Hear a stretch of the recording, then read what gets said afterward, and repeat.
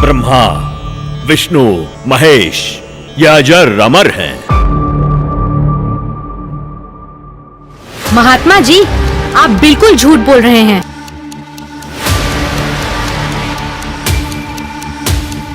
ज्यादा बात मत बना लड़की। आप ये भोली भाली जनता को क्यों गुमराह कर रहे हो? तेरे पास क्या प्रमाण है? बताती क्यों नहीं? मैं आपको प्रमाणित करती हूँ। तो तुम ही बताओ, कौन है पूर्ण परमात्मा? महात्मा जी, थोड़ा धीरज रखिए और सुनिए।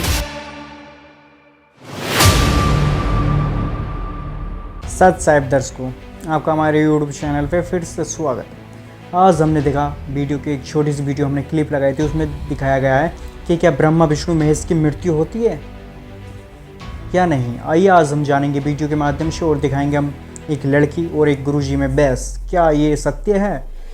हमें जो वेदों से और प्रमाणित करके दिखाएगा वही सत्य है। आइए देखते हैं, बने रहिए। आप ये भोली भाली जनता को क्यों गुमराह कर रहे हो? अरे दुष्ट लड़की, तेरा ये बोलने का दुस्साहस कैसे हुआ? तेरे पास क्या आधार है कि मैं जनता को गुमराह करता हूँ? लगता है ये हिंदू विरोधी है। ए चल नीचे बैठ।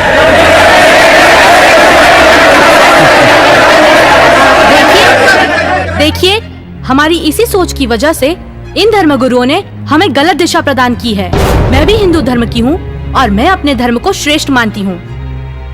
दरअसल पाखंड केवल हिंदू धर्म में ही नहीं, बल्कि मुस्लिम धर्म तथा अन्य धर्मों पर भी चरम सीमा पर है। लेकिन ये हिंदू धर्म की आड़ में नकली संत अपना मनमाना आचरण करके शास्त्रों के विरुद्ध ज्ञान दे रहे हैं। और यही कारण है कि भक्ति करने वाले भक्त को वो लाभ नहीं मिले जो मीराबाई को मिला है, ध्रुव प्रहलाद को मिला है, नानक जी को मिला है। मैं किसी का विरोध नहीं कर रही। मैंने खुद अपने शास्त्रों को पढ़ा है और मेरे मन में भी कुछ प्रश्न हैं। लेकिन दुर्भाग्यवश हमारे समाज में अपने धर्म को, अपने शास्त्रों को, अपने परमात्मा को जानने की कोशिश करता है तो उसे आप जैसे भोले श्रद्धालु धर्म विरोधी समझने लगते हैं। पर आज मैं जो आप सभी को सच्चाई बताने जा रही हूँ, जो शायद आपने पहले कभी नहीं सुनी होगी।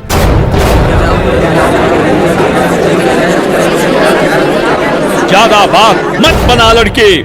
तेरे पास क्या प्रमाण है? बताती क्यों नहीं? महात्मा जी, थोड़ा धीरज रखिए और सुनिए। आप ही ने तो कहा था ब्रह्मा, विष्णु, महेश अजर अमर हैं, उनका कभी विनाश नहीं होता, वही सृष्टि के रचनाहार हैं। मैंने टीवी पर एक संत रामपाल जी का सत्संग सुना, उसी से पता चला। पता है उन्होंने क्या कहा? रुकिए एक मिनट, अभी बताती हूँ।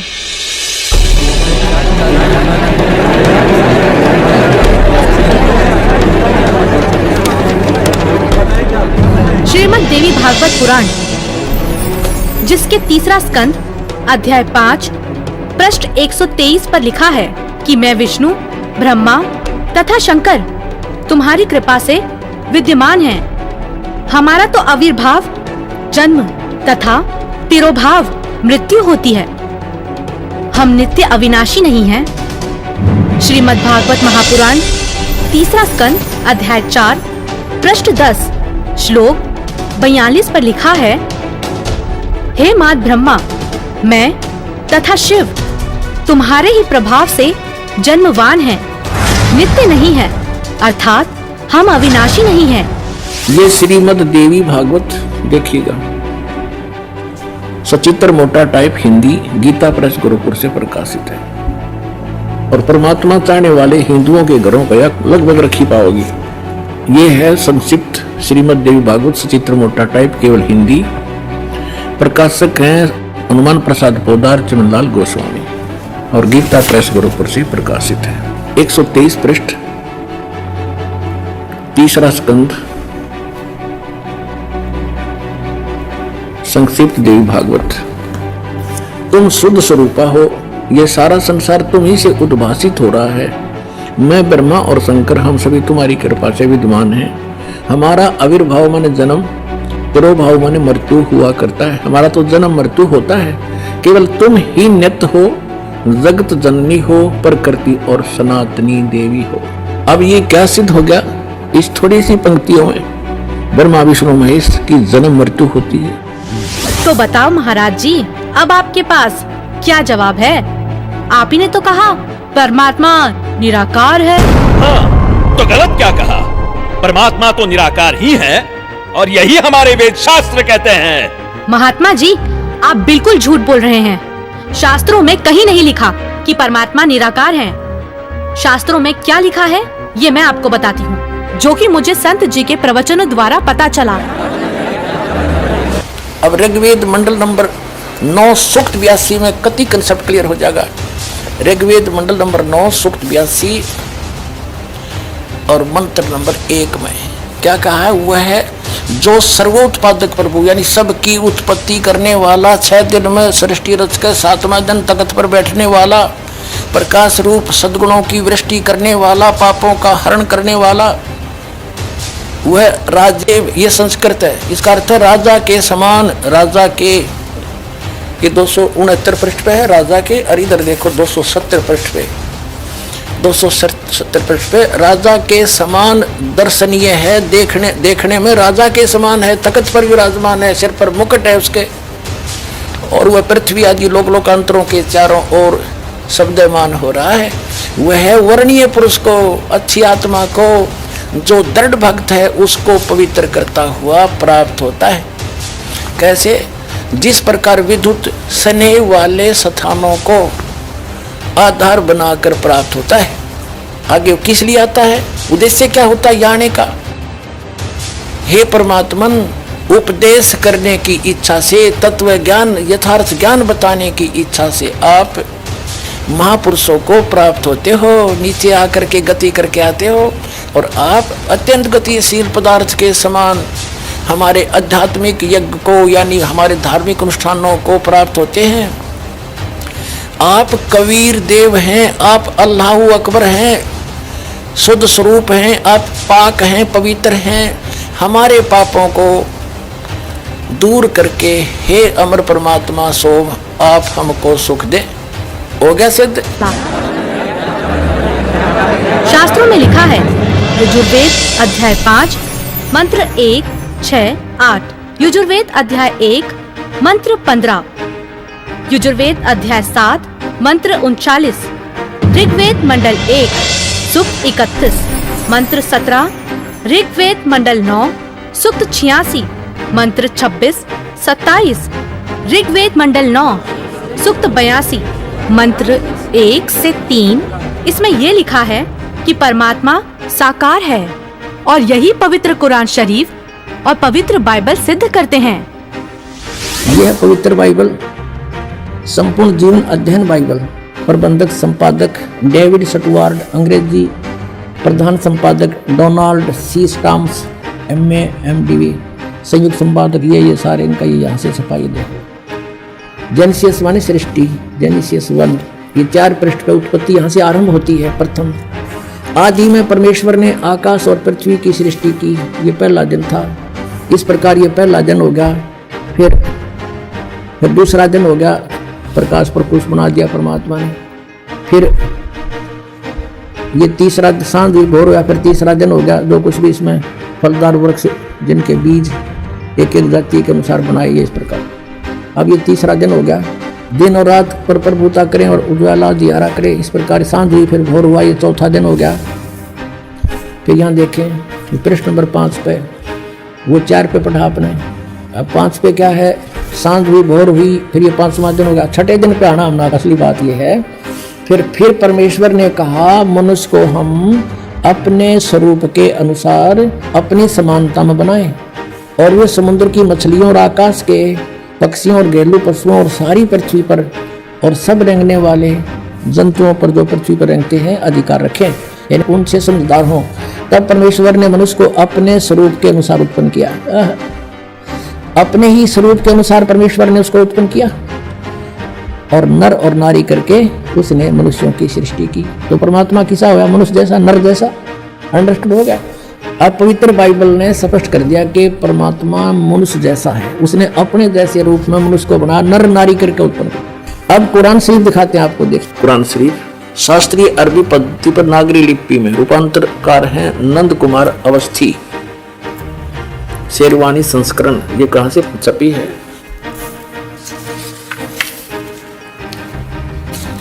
ये वही लिखा कि वो इस्लामी किताब, इसमें कोई संदेह की गुंजाइश नहीं है। शेरवानी संस्करण, प्रकाशक है लखनऊ किताबघर, मौसम बाग, सीतापुर रोड, लखनऊ। हम यहाँ पढ़ेंगे, हिंदी पढ़ेंगे। सूरत फुरकानी 25 607 पृष्ठ पर यहाँ देखिए 59 नंबर आयत में, सूरत फुरकानी 25 में, जिसने आसमान और जमीन और जो कुछ उनके बीच में है सबको 6 दिन में पैदा किया और फिर तख्त पर जा विराजा। अब इससे सिद्ध हो गया कि दोनों पवित्र सदग्रंथों ने रल मिलकर यह सिद्ध कर दिया कि परमात्मा मनुष्य जैसे शरीर युक्त है, मनुष्य जैसा साकार है। महात्मा जी, आपने ये भी झूठ कहा है कि श्राद्ध निकालने, व्रत करने से सुख और मुक्ति मिलती है, जबकि संत जी के प्रवचनों से सुना है कि गीता अध्याय 9 के श्लोक 25 में कहा है, पितरों को पूजने वाले पितरों को प्राप्त होते हैं, भूतों को पूजने वाले, पिंड दान करने वाले भूतों को प्राप्त होते हैं, अर्थात भूत बन जाते हैं। गीता अध्याय 6 श्लोक 16 में लिखा है कि हे अर्जुन, ये योग ना तो अधिक खाने वाले का, ना बिल्कुल ना खाने वाले का, ना अधिक जागने वाले का, ना अधिक शयन करने वाले का, और ना ही एक स्थान पर बैठकर साधना करने वाले का सिद्ध होता है। गीता अध्याय 16 श्लोक 23-24 में कहा है कि शास्त्र विधि को त्याग कर जो साधक मनमाना आचरण करते हैं, उनको ना तो कोई सुख होता है, ना कोई सिद्धि प्राप्त होती है, तथा ना उनकी गति अर्थात मोक्ष होता है। अरे क्या चल क्या रहा है इस लड़की का? अरे कोई तो रोको उसे। ये लड़की सही बोल रही है।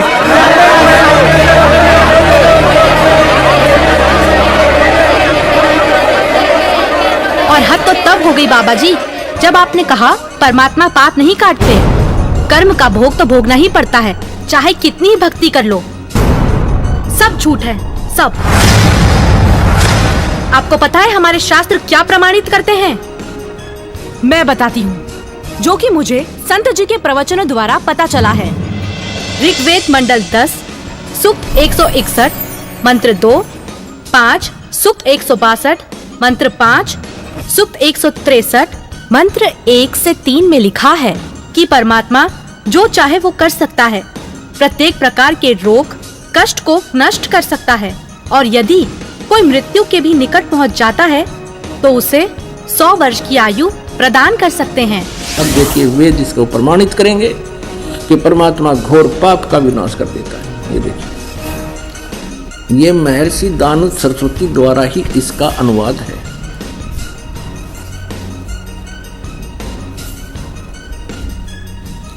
प्रकाशक है सर्वदेशिक आर्य प्रतिनिधि सभा 2/5 महर्षि दानव भवन, रामलीला मैदान, नई दिल्ली से।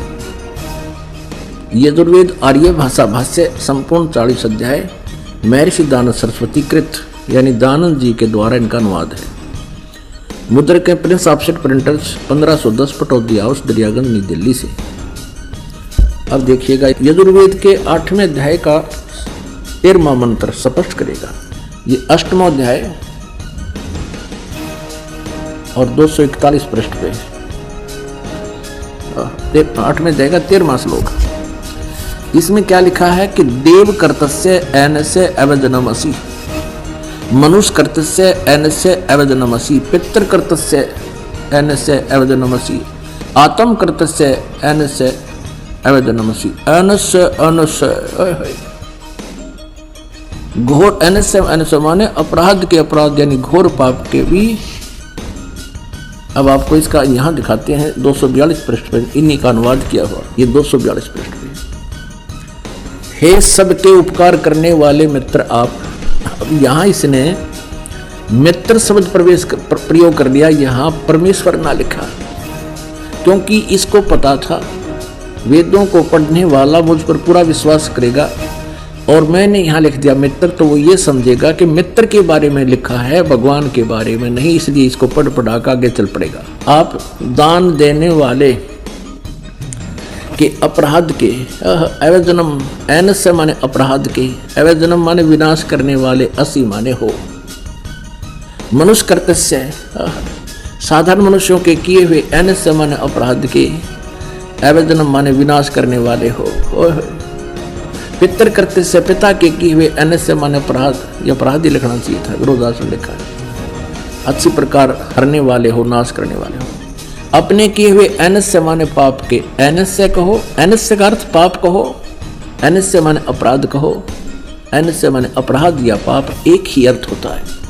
अनस से माने पाप के दूर करने वाले, अवजन्म माने नाश करने वाले, अवजन्म विनाश करने वाले हो, अवजन्म माने विनाश करने वाले हो। अनस से अनस अधर्म के अधर्म यानी घोर पाप के भी अवजन्म माने नाश करने वाले हो। अब जानता हुआ मैं जो कुछ भी अधर्म आचरण किया करता हूँ या करूँ, अनजान में जो कुछ भी किया करता हूँ या करूँ, उस सब अनस से माने अपराध के, पाप के, दुष्ट आचरण के नहीं, पाप के आप अवजन्म माने नाश करने वाले हो। और महात्मा जी, आपको तो ये भी नहीं पता पूर्ण परमात्मा कौन है। अच्छा लड़की, तो तुम ही बताओ कौन है पूर्ण परमात्मा? पूर्ण परमात्मा, पूर्ण परमात्मा वो है जिसने सृष्टि की रचना की है। उस परमेश्वर का नाम है कबीर। मैं आपको प्रमाणित करती हूँ, जो कि मुझे संत जी के प्रवचनों द्वारा पता चला है। प्रमाण 1, पवित्र यजुर्वेद अध्याय 29 मंत्र 25। जिस समय भक्त समाज को शास्त्र विधि त्याग कर मनमाना आचरण कराया जा रहा होता है, उस समय कबीर देव तत्व ज्ञान को प्रकट करता है। प्रमाण 2, पवित्र सामवेद संख्या 359 अध्याय नंबर 4 के खंड नंबर 25 का श्लोक नंबर 8, जो कबीर देव तत्व ज्ञान लेकर संसार में आता है, वह सर्वशक्तिमान है तथा काल के कर्म रूपी किले को तोड़ने वाला है, सर्व सुखदाता है तथा सर्व के पूजा करने योग्य है। ऋग्वेद मंडल 9 सूक्त 86 मंत्र 17। ऋग्वेद मंडल 9 सूक्त 86 मंत्र 18। ऋग्वेद मंडल 9 सूक्त 86 मंत्र 19। ऋग्वेद मंडल 9 सूक्त 86 मंत्र 20। अथर्ववेद कांड नंबर 4 अनुवाक नंबर 1 मंत्र नंबर 7। मुस्लिम धर्म के पवित्र शास्त्र कुरान शरीफ सूरत फुरकानी 25 आयत 52 से 59 में लिखा है कि कबीर परमात्मा ने 6 दिन में सृष्टि की रचना की तथा 7वें दिन तख्त पर जा विराजा, जिससे परमात्मा साकार सिद्ध होता है। राग तिलंग महला 1 पंजाबी गुरु ग्रंथ साहिब पृष्ठ नंबर 721। बाइबल में भी लिखा है, सृष्टि की रचना परमात्मा ने की, जिनका नाम है कबीर। जैसे कि हमने देखा कि लड़की ने पूरे प्रमाणों के साथ सिद्ध किया और बताया कि वहाँ इस श्लोक पे, वहाँ पे इस श्लोक पे, मतलब कि वहाँ पे पूरी तरह से लिखा कि यहाँ ब्रह्मा विष्णु महेश की मृत्यु होती है और संत रामपाल जी ने दिखवाया। और अगर आप हमारे YouTube चैनल पर नए हो तो प्लीज़ वीडियो को लाइक करें और ज़्यादा से ज़्यादा शेयर करें, और नए हो तो प्लीज़ सब्सक्राइब करें। थैंक यू सत साहिब।